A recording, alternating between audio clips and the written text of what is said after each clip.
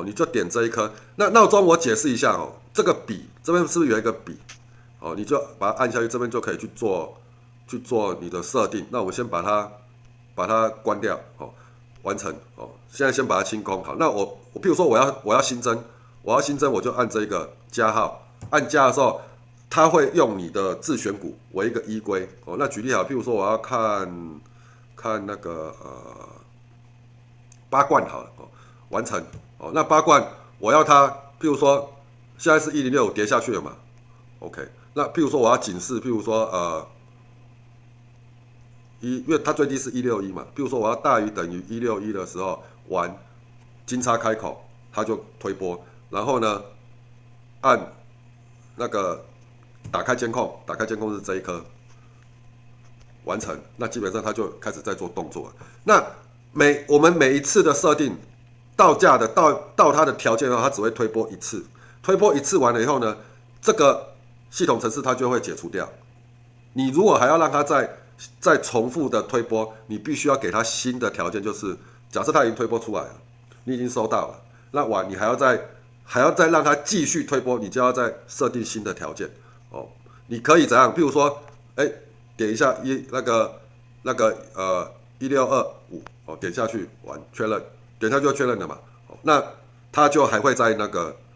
到价在新的条件，它会再推波一次。OK， 那如果你要原条件，它如果在这边粘在那边，你要原条件再继续推波，那你就是怎样？先把监控关掉，再把监控打开，它又会重新计算。总之，你每设定一次，它到价推波，它就只推波那一次。或许它中盘有跌破，又回去，它不会再重复触发去通知你。所以，当它跳出系统跳出那个通知了，你一定会去盯盘嘛。盯完盘以后再怎样？假设你还要继续盯这一只，再重新设一个条件去做推波。那这个显而言之嘛，譬如说我要金叉开口就这个，我要银叉开口，你就按这一个嘛，是不是？那假设好，我现在进场了，1615进场了，那我要抓一个停损点，譬如说跌破1605，那我们就小于等于嘛。哦，那我不看金叉银叉的条件，它只要价格跌破，我要设一个停损点嘛，1605到的时候跳出来那个通知我要准备停损，那这样也可以啊。OK， 哦，那所以你重新再按一次，它就已经记录了，你就等它只要触价，哦，就会跳出来通知你。那再来就是一样嘛，这边如果说像有的时候我们在看一档标的的时候，我们在看说它会不会突破，哦，突破昨的 H2，突破昨的 H1，OK，哦，所以这个就是给你去做撑压的设定，就是它到价，它会警示。那有人在跟我讲，会长，那我想要查它跌破可不可以？后面我会再改，会再做一版，就是站上通知，等于说大于等于 H2 通知，小于等于 H2 通知嘛。